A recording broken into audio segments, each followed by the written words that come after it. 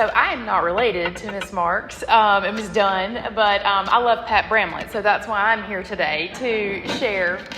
So Ida Marks Dunn is one of probably the most well-known Albemarle citizens, if you know a little bit of history. Of all the people buried in the old Albemarle cemetery, she possessed a keener memory of Albemarle more than anyone in the early days of Albemarle.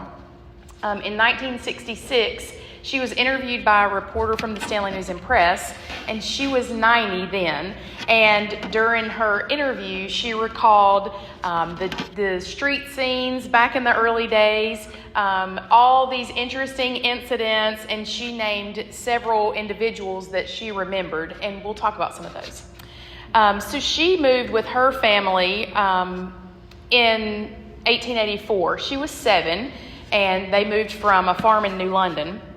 Her father actually purchased a lot from Jim Redwine, and they lived in an antebellum frame house built by pioneer Daniel Freeman in 1847 until her father completed the Marks boarding house in 1906, and she lived there most of her life.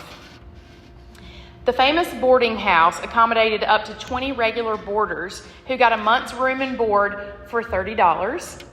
Dunn helped with the cooking and housekeeping for many years, getting to know many of the town's most prominent citizens. The boarding house business declined after the death of her father in 1934.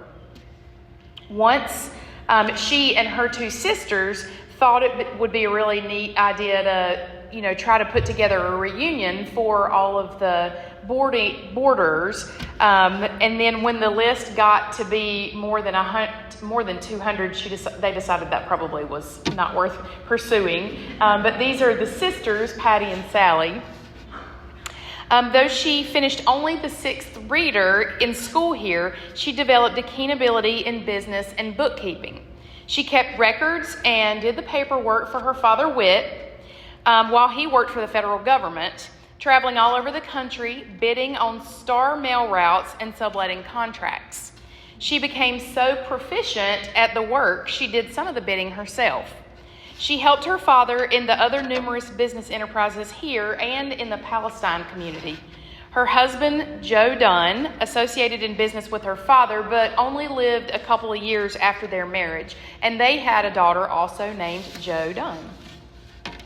So during her recollections of early Albemarle, she listed the old wooden courthouse near the back of the bank, a wide empty square in the center of town.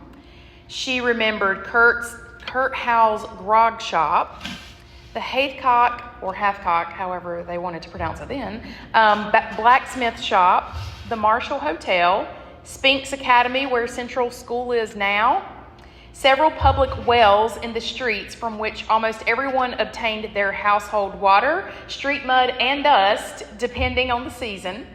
Small wooden stores along the street, wagons, buggies, horseback riders, hitching posts, stepping stones, lamp lighting time in the evenings, stacks of firewood at the back doors, vegetable gardens growing where big buildings stand today.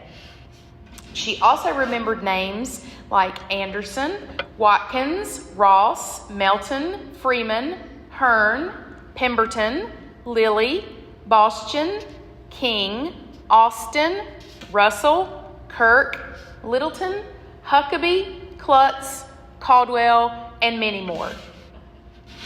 She said she could look out the front building of the boarding house in 1966 and see the very place on the street where she saw her first automobile, a contraption with buggy wheels and a seat of motor of sorts in the center.